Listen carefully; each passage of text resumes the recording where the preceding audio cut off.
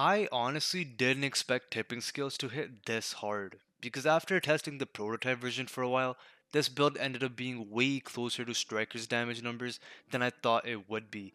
And obviously, Striker is still going to be the number one damage option for most people, but if you're tired of running the exact same build in every activity, then this setup is honestly a really strong alternative. The crazy part is, this build still puts up huge damage numbers, clears high-end content really easily, and overall just feels way smoother than I expected. I think prototype gear is a big reason for that too, because this setup feels noticeably stronger compared to the older versions people are running way before. So if you've been looking for something different to try out without completely sacrificing damage and still take on these tier 10 escalations using some other builds compared to the traditional striker way, then I think generally this build is worth giving a shot.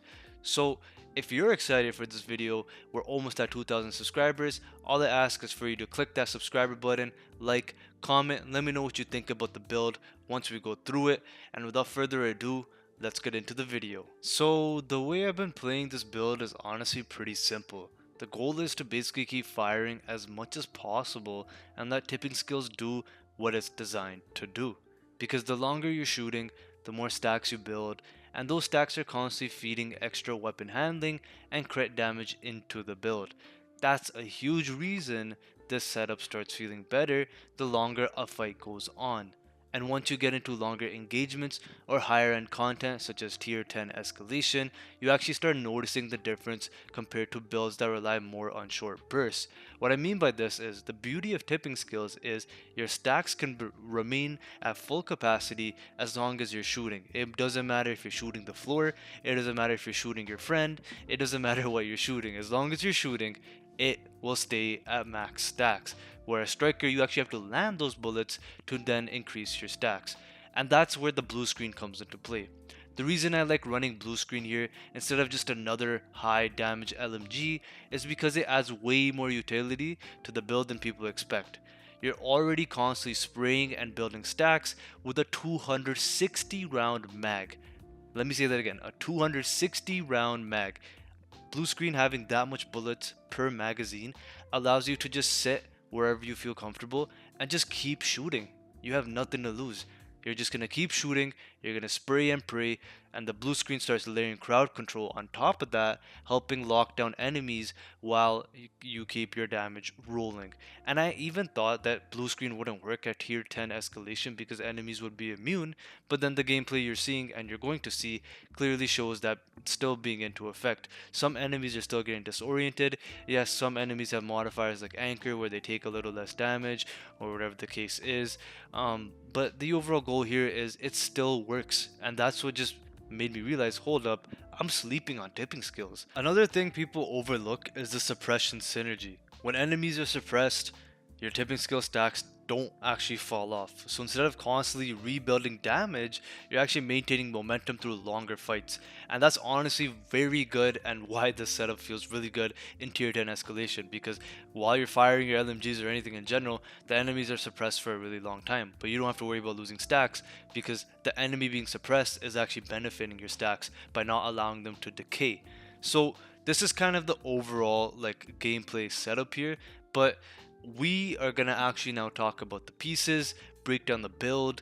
I'm gonna explain to you my whole setup. You're seeing the gameplay. I hope you understand why it's good, why it's viable, and the next part to really just go over is how to really build around it. So let's get into that section now.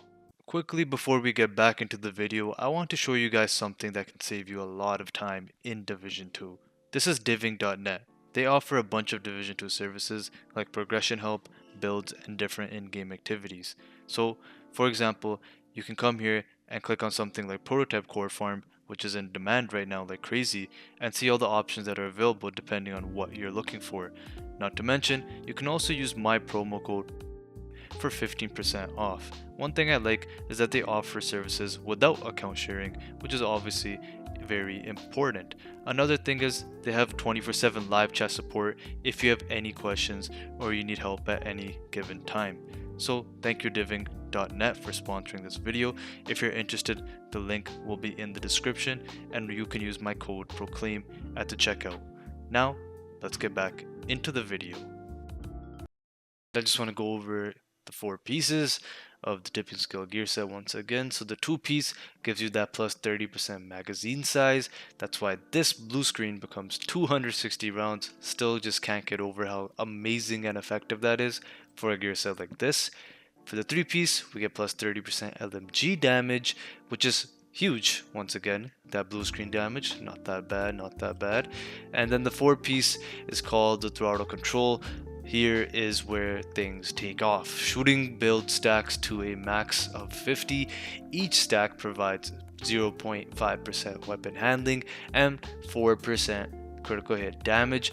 Loses 6 stacks per second while not shooting, but no stacks, like I just mentioned, are lost if an enemy is suppressed. So the blue screen has a 260 round mag, has plus 30% LMG damage. So the base value right here is actually pretty good. That's pretty good for an LMG, 190,000. And then the attributes you want to roll on it is obviously these two stay the same. The third attribute should be damage to armor or critical hit chance. I put critical hit damage because I felt like I could have more of that, but honestly I probably just would want damage to armor if anything. With tipping skills, I explained the gear set, but we're also running the chest piece and we're also running the backpack. The chest piece simply gives us that 50 stacks to 75 stacks. So similarly, how the chest piece on Striker gives you 100 to 200, tipping skills just does the same thing. It increases that threshold that you can reach for that max weapon handling and those max critical hit damage stacks, allowing you to do insane damage, guys. And then the backpack itself, there you go, increasing the critical hit damage from, instead of 4% now, it's going to be 7% per stack. Because it's prototype gear, an important piece to talk about is the augments. What are the ideal augments you'd want on tipping skills? So people will resort to Echo, which is absolutely, it works. But I also think Trapper is just as strong, even in escalation, because Trapper increases status effect durations by 5% when you especially get those 50 stacks, because you're going to be building these up very easily from just shooting. So extending all of these types of, status effects applied to your targets, I think that's key. And other than that, yeah, Echo is what I would resort to. And what gloves are better than the contractor gloves on an LMG build, giving you plus 10% LMG damage, but then also the prototype version, man.